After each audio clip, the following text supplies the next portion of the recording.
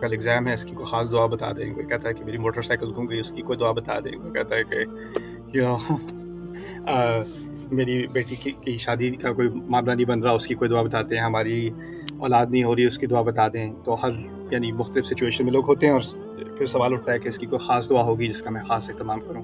ساتھ ہی ہوتا ہے کہ کسی ایک خاص وقت پہ یہ دعا کی جائے تو پھر اس کا اہتمام کروں. اس میں دو چیزیں بیلنس کرنے کی ضرورت ہے. ایک تو یہ ہے کہ ہماری جو سنت کی کتابیں ہیں اس میں خاص موقعوں کی اور خاص وقتوں کی دعاؤں کا ذکر ہے. تو جیسے سنت میں ہے کہ رسول صلی اللہ علیہ وسلم فجر کی نماز کے بعد کون سے اذکار کیا کرتے تھے، مغرب کے بعد کون سے اذکار کیا کرتے تھے، وہ اذکار دعائیں ہی ہیں، رائٹ.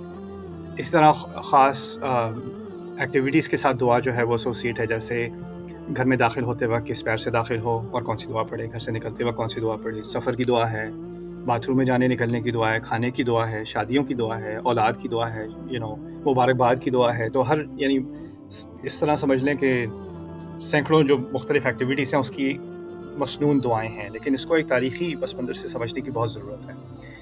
یہ تمام دعائیں رسول صلی اللہ علیہ وسلم نے ہر ایک کو نہیں سکھائی تھیں. تو یہ سمجھنا کہ اگر جب تک مجھے ساری دعائیں نہیں آتی تو میرے اسلام میں کچھ کوتاہی ہے، یہ غلط ہے. کیونکہ کبھی کسی صحابی نے آ کے پوچھا، ان کو یہ جواب دے دیا، کبھی کسی نے پوچھا وہ جواب دے دیا. بعد میں جا کر یہ ساری چیزیں جو ہیں یہ جمع ہوئیں. تو اس زمانے میں یہ لازمی نہیں ہے کہ ہر صحابی کو ان تمام دعاؤں کا علم تھا، یہ لازمی نہیں ہے. اور کافی سارے صحابہ تو ایسے بھی تھے جو جیسے حبشہ کی طرف جو ہے وہ ہجرت کر گئے، اور رسول صلی اللہ علیہ وسلم بھی مکے میں ہی تھے، وہ حبشہ چلے گئے، ابسینیہ چلے گئے، کیونکہ وہاں پر مکے میں مصیبتیں پھیل گئی تھیں. تو ان کو تو ان دعاؤں کا کوئی علم بھی نہیں تھا جو بعد میں سکھائی گئی ہیں، اور باقی سارے قرآن کا بھی ان کو علم نہیں تھا. تو ہمارے ذہن میں آتا ہے نا کہ پورے جو اسلام کی تمام تعلیمات ہیں، تمام دعائیں ہیں، تمام احادیث ہیں، وہ ہر صحابی کو معلوم تھی، یا پورا قرآن بھی ہر صحابی کو معلوم تھا. ایسی بات نہیں تھی. تھے علماء بھی تھے ان میں سے، جاننے والے بھی تھے اور کم جاننے والے بھی تھے. تو پہلی چیز تو یہ کہ اب تو کافی اچھی ریسورسز بن گئی ہیں. حصن المسلم میری فیوریٹ کتاب رہی ہے بہت عرصے سے، کالج کے دنوں سے. حصن المسلم میں رسول صلی اللہ علیہ وسلم کی مسنون دعائیں جو ثابت ہیں ہر ایکٹیویٹی کے ساتھ، ان کا ذکر ہے ترجمے کے ساتھ انگلش میں. اس کے آن لائن بھی بہت ساری کاپیز ہیں، میرا خیال ہے اردو میں بھی اس کا ترجمہ ہو چکا ہے. تو وہ ہر ایک کے پاس میرے خیال ہے ہونی چاہیے، اور وہ ایک اچھا ریسورس ہے کہ اگر آپ پاکٹ سائز کا وہ بناتے ہیں تو انسان اپنے پاس ہی رکھ لے، اس میں سے بار بار اگر بھول جاتا ہے تو کوئی بات نہیں، اسی سے پڑھ لے. لیکن اس کے علاوہ یہ ایک طرف ہے کہ ٹھیک ہے بہت ساری اوکیزنس کی ایکچولی دعائیں ہیں. مجھے یاد پڑتا ہے میں نے بچوں کو بھی ایک سیریز پڑھائی تھی، عرصہ ہو گیا، پتہ نہیں اس کی ریکارڈنگ اب ہے بھی کہ نہیں. دعاز ایوری کڈ شوڈ نو. ہر بچے کو کون سی دعائیں پتہ ہونی چاہیے، رائٹ. تو دعا اگر ڈر لگ رہا ہے تو کون سی دعا پڑھو، اگر کوئی اسکول میں آپ کو کوئی انٹیمیڈیٹ کر رہا ہے، بلی کر رہا ہے، تو اس کی کون سی دعا ہونی چاہیے. ان قسم کی سچویشنز کی بھی دعائیں ہیں سنت میں. لیکن ایک تو یہ چیزیں ثابت ہیں، لیکن دوسرا ہے ایکسٹریم. اور ایکسٹریم یہ ہوتا ہے ہمارے دین میں انفارچونیٹلی جو بنو اسرائیل کے ساتھ ہوا، کہ اصل ہمارا دین ایک پیغام ہے. اس کا جو لب لباب ہے نا، وہ ایک پیغام ہے. ہر ذکر میں ایک پیغام ہے، نماز میں ایک پیغام ہے، حج میں ایک پیغام ہے، روزے میں ایک پیغام ہے، ہر دعا میں ایک پیغام ہے. اسی لیے اس کے خاص الفاظ ہیں. انسان کی زندگی میں الفاظ کا مقصد ایک پیغام کمیونیکیٹ کرنا ہوتا ہے. تو ہر دعا ایک خاص چیز کمیونیکیٹ کر رہی ہے. انفارچونیٹلی ہوا ہمارے ساتھ یہ ہے کہ ہمیں الفاظ کے تلفظ سے زیادہ دلچسپی ہے کہ میں یہ الفاظ یاد کر لوں اور زور زور سے پڑھ لوں، یا بار بار پڑھ لوں، یا 10 دفعہ پڑھ لوں، یا 20 دفعہ پڑھ لوں. لیکن جو الفاظ وہ کہہ رہے ہیں، اس کا جو پیغام ہے، اصل فائدہ انسان کو اس کے پیغام سے ہوتا ہے، اس کی آوازوں سے نہیں. اس کی آوازوں کا اپنا ایک درجہ ہے، لیکن وہ صرف اس وقت جب انسان کوشش تو کرے کم از کم کہ جو میں پڑھ رہا ہوں اس پیغام کا بھی مجھ پہ کچھ اثر ہو. تو اس لیے جو دعائیں مسنون ہیں وہ صرف یاد نہیں کرنی چاہیے، ان کے بارے میں سوچنا بھی چاہیے. جیسے انسان گاڑی میں بیٹھتا ہے، سبحان الذی سخر لنا ھذا وما كنا له مقرنین وانا الی ربنا لمنقلبون. سفر میں بیٹھنے کی دعا، گاڑی میں بیٹھنے کی یا کسی بھی سواری میں بیٹھنے کی، کہ کتنی پاک وہ ذات ہے جس نے اس سواری کو میرے لیے مسخر کر دیا. ہمارے لیے مسخر کر دیا، یعنی میں گاڑی کا میں چابی گھماتا ہوں تو انجن سٹارٹ ہو جاتا ہے. وہ انجن میرے لیے مسخر ہے، آگ نہیں لگتی اسے، رائٹ. وما كنا له مقرنین. اور ہم اس پر قابو لانے والے نہیں تھے. ہمارے قابو میں نہیں تھا کہ بریکیں فیل نہ ہو، ہمارے قابو میں نہیں تھا کہ انجن کو آگ نہ لگے. یہ ہمارے قابو کی چیز نہیں تھی، اللہ تعالیٰ نے قابو میں رکھی ہوئی ہے. یہ ہمارے قابو میں نہیں تھا کہ کبھی بھی ٹائر پھٹ جائے ہائی وے پہ چلتے ہوئے اور گاڑی الٹا پلٹنا شروع ہو جائے. وما كنا له مقرنین. اب سفر میں جب انسان نکلتا ہے تو اس کو ایک منزل تک پہنچنا ہے اور پھر واپس گھر آنا ہے. ہر سفر کا خلاصہ یہی ہے نا، نکلنا ہے اور پھر واپس آنا ہے. تو اس سفر میں ہم یہ بھی کہتے ہیں وَإِنَّا إِلَىٰ رَبِّنَا لَمُنْقَلِبُونَ، اور بے شک ہمیں آخر کار تو صرف ہمارے اپنے رب کی طرف ہی واپس لوٹنا ہے. یعنی اس سفر سے جو میں گروسریز کرنے جا رہا ہوں یا گیس بھرنے جا رہا ہوں یا یہاں کیمپس پہ آ رہا ہوں، مسجد آ رہا ہوں، اس وقت مجھے یاد دلانا ہے کہ یہ چھوٹا سفر ہے، لیکن یہ زندگی پوری زندگی ایک سفر ہے، اور اس کی واپسی، اس کا گھر لوٹنا میرے رب کی طرف ہے. تو یہ ہوتا ہے نا کہ ہم روز چھوٹے چھوٹے کاموں میں لگ جاتے ہیں، اور جب کوئی غور سے کوئی چیز ایسے دیکھ رہا ہو نا بہت قریب سے، تو اس کو وہ بڑا ویو نہیں نظر آتا پیچھے ہٹ کے.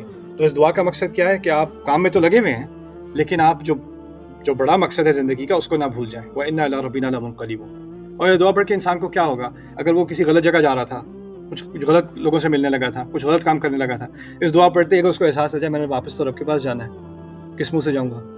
وہ شاید وہ ٹرپ بھی روک دے اپنا جہاں وہ جانے لگا تھا. لیکن اگر اس کے سمجھ نہیں ہے کہ دعا کا پیغام کیا ہے، تو چلو دعا پڑھ لی، ایکسیڈنٹ نہیں ہوگا کیونکہ میرے پاس ڈوئل سائڈ ایئر بیگز تو ہے نہیں، تو کم از کم دعا کی سیکیورٹی تو ہے. پھر اسی طرح ہم نے دعاؤں کو ایک طرح سے حفاظت کا مقصد ہے کہ آیت الکرسی کو جو ہے وہ شیشے سے لٹکا دو، یا قرآن کی ایک کاپی جو ہے وہ ڈیش بورڈ میں ڈال دو، تاکہ پھر اس سے برکت ہوگی. تو ہم نے قرآن کو برکت اور حفاظت کے، اس کے کاغذات کو برکت اور حفاظت کا مصدر بنا دیا ہے، اس کی سورس بنا دیا ہے.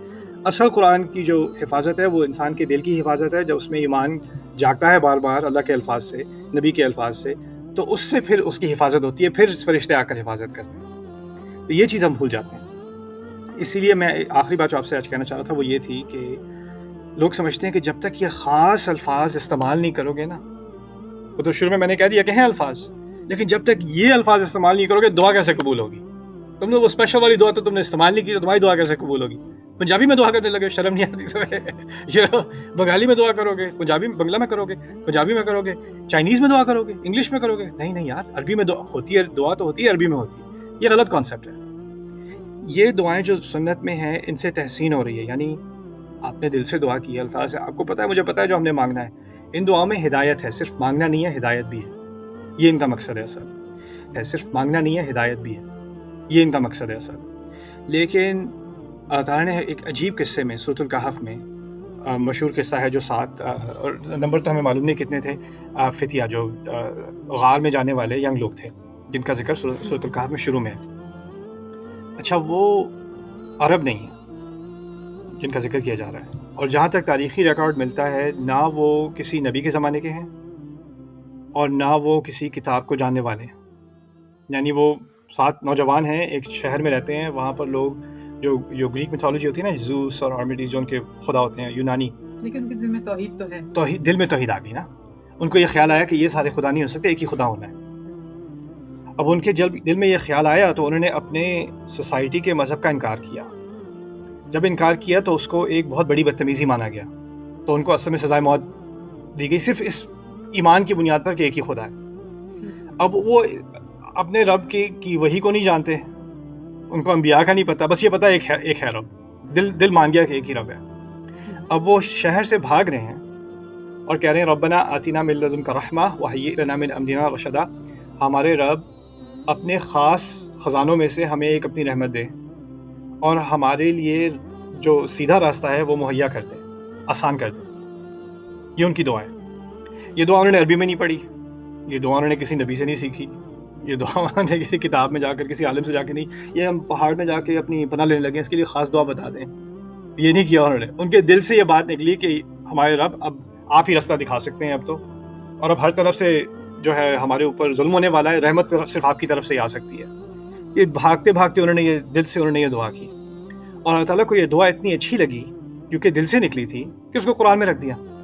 اب ہم بڑا قرآن کا عالم، کوئی بھی حافظ، وہ جب بھی دہراتا ہے، ہم تو ویسے بھی سورۃ کہف پڑھنے کی جمعے پہ سنت ہے، ہم اس دعا کو ریپیٹ کرتے ہیں، دہراتے ہیں، اور یہ مسنون دعاؤں میں سے، قرآن کی دعاؤں میں سے ہے، منسوخ دعاؤں میں سے ہے. لیکن اس کی اصل کیا ہے؟ اصل تو یہ کچھ نوجوان لڑکے جن کا کوئی علم بھی نہیں تھا، بس دل صاف تھا. اس سے قرآن ہمیں کیا سکھا رہا ہے؟ دعا کی اصل کیا ہے اور دعا کی خوبصورتی کیا ہے. اس کو سمجھنے کے لیے ایک بلڈنگ ہوتی ہے، بلڈنگ کی ایک بنیاد ہوتی ہے، بلڈنگ میں ستون ہوتے ہیں، اور پھر اس کے بعد ڈیکوریشن کی دیواریں بنتی ہیں، پینٹ ہوتا ہے، اور چیزیں خوبصورت لائٹنگ ہوتی ہے. لیکن اصل جو بنیاد ہے وہ دل سے دعا مانگنا ہے. اگر بنیاد ہے تو بلڈنگ کھڑی ہے. ہم نے کیا کیا ہے, بنیاد پہ کوئی زور نہیں ہے, اور جو ساری چیزیں اس کو خوبصورت کرتی ہیں ہمارے دن میں, اس پہ سارا زور ہے. وہ بلڈنگ کھڑی نہیں ہے, آپ نے پینٹنگز لگانی شروع کر دی, بنیاد اس کی کھڑی نہیں ہے. ٹھیک ہے نا. تو اسی لیے ایک طرف تو یہ سوال ویلڈ ہے کہ اس موقع کی کون سی دعا ہے, اس موقع کی کون سی دعا ہے. لیکن اگر آپ کو کسی موقع کی خاص دعا پتہ نہ ہو, تو آپ کے دل میں کسی بھی زبان میں اگر آپ نے اپنے رب سے سنسیئر دعا کی ہے تو اس کا اثر ہوتا ہے. ہمارا رب سنتا ہے. اجیب دعوت الداعی اذا دعان, اس میں قید نہیں ہے بالعربیہ. قرآن نے کہہ دیا, اللہ تعالیٰ نے خود فرمایا, میں جو بھی دعا کرتا ہے, جب بھی کرتا ہے, میں اس کی دعا کا جواب دیتا ہوں. یہ نہیں کہ جو عربی میں کرتا ہے اس کا جواب دیتا ہوں, یا جو میری سکھائی ہوا دعاؤں کو پڑھتا ہے میں صرف انہی کا جواب دیتا ہوں. جب بھی کوئی دعا دے گا, جب بھی اپنے رب کو دعا دے گا, وہ سن لے گا. یہاں تک کہ میں تو نان مسلمس کو جانتا ہوں جو مسلمان ہونے سے پہلے باہر سے نکلا, شراب پی ہوئی ہے, نشے میں ہے, تھوڑا سا نشہ اترتا ہے, اوپر آسمان پہ دیکھ کے کہتا ہے I just need your help, بس تیری مدد, اگر مجھے پتا ہے تم ہو کہیں اوپر, بس میری مدد کر دو. کہتا ہے اس کے بعد سے ایک کے بعد ایک میری زندگی میں واقعہ یہ ہوا کہ میں مسلمان ہو گیا. نہ اس نے عربی میں دعا کی, نہ کسی سے سیکھی, وہ دل سے اس نے رب کو پکارا ہے اپنے. اس نے اپنی زبان میں اہدنا الصراط المستقیم کہا ہے ایکچولی, اور تعالیٰ نے جواب دیا اس کا. رائٹ. تو یہ چیز اصل میں سمجھنے کی ہے. اس کو آرٹیفیشل نہ بنا لیا جائے, اس کو صرف خالی الفاظ نہ بنا لیا جائے جو دہرائے جائیں, جن کا ورد کیا جائے. اسی لیے اور لوگوں نے اس کو ایک انفارچونیٹلی انڈسٹری سا بنا دیا ہے کہ اچھا یہ چیز 45 دفعہ پڑھو, پھر ایسے کرو, پھر اس کا یہ دم مارو, پھر یہ کرو, پھر وہ کرو, پھر یہ تمہاری جو ہے یہ مسئلہ حل ہو جائے گا. پرسکرپشن سروس بنا دی ہے, جیسے فارمیسی جا کے پرسکرپشن لیتے ہیں نا, یہ دعا ہر 4-6 گھنٹے بعد لیں. تو لوگ اب ٹوٹ کے لکھ کے نا یہ اچھا یہ پڑھیں اور یہ 3 دفعہ پڑھیں اور ایسے پڑھیں. دیکھیے کچھ چیزوں میں اللہ رسول نے بتا دیا, سبحان اللہ 33 دفعہ پڑھو, الحمدللہ 33, وہ بتایا, رسول نے بتایا. ان کو کہاں سے پتہ چلا؟ وہیں سے آیا ہے. اور کسی انسان کو کہاں سے خبر ملی کہ یہ 100 دفعہ پڑھنا ہے, یا 150 دفعہ پڑھنا ہے, یا 4 دفعہ پڑھنا ہے, یا 6 دفعہ پڑھنا ہے؟ اگر نبی نے نہیں کہا, جس کو غیب سے خبر آتی ہے, آپ کو کہاں سے غیب سے خبر آ گئی کہ اس کو اتنی دفعہ پڑھنے سے یا ایسے پڑھنے سے؟ جب تک وہ چیز ثابت نہ ہو, یعنی وہ وحی کی سورسز سے نہ آ رہی ہو, اس کو خامخواہ ایسے مان لینا کہ اس طرح پڑھنے سے اتنا اثر ہوگا, اس طرح پڑھنے سے اتنا اثر ہوگا, یہ غلط ہے میرے نزدیک. کیونکہ غیبیات اللہ تعالیٰ کے علم میں ہیں, اور غیبیات کا کوئی دعویٰ کرنے لگے کہ ہاں جی یہ کریں, دیکھنا گارنٹی اس کا بڑا فائدہ ہوگا جی, آپ کر لیں, یا یہ صرف ایک اصل میں یہ کرسچینٹی میں ہے ہم سے زیادہ. کہتے ہیں نا کہ آیت الکرسی آپ حفاظت کے لیے 7 دفعہ آیت الکرسی پڑھ لیں. کہاں, کس نے کہا؟ سنتے چلے آ رہے ہیں, یہی نا, تو فالو کرتے جا رہے ہیں. یا اور پھر لوگ کہتے ہیں کہ حرج کیا ہے اگر 7 دفعہ پڑھ لیا, اچھی بات ہے پڑھ لیا. نہیں, میں تو کہتا ہوں آپ 7 دفعہ پڑھیں, آپ 70 دفعہ پڑھ لیں, بہت اچھی بات ہے. غلط بات کیا ہے؟ غلط بات یہ ہے کہ آپ نے جب اس نمبر کے ساتھ ایک گارنٹی لگا دی کہ اب یہ کریں گے تو یہ ہوگا, کاز اینڈ ایفیکٹ. یہ جب آپ کرتے ہیں نا غیب کے بارے میں, کیونکہ غیب کی دنیا میں ہوگا نا کہ آپ نے یہ دعا پڑھی, اس کا یہ اثر ہوگا, اس اثر کا علم صرف نبی کو دیا جاتا ہے, اس اثر کا علم عام آدمی کو نہیں دیا جاتا.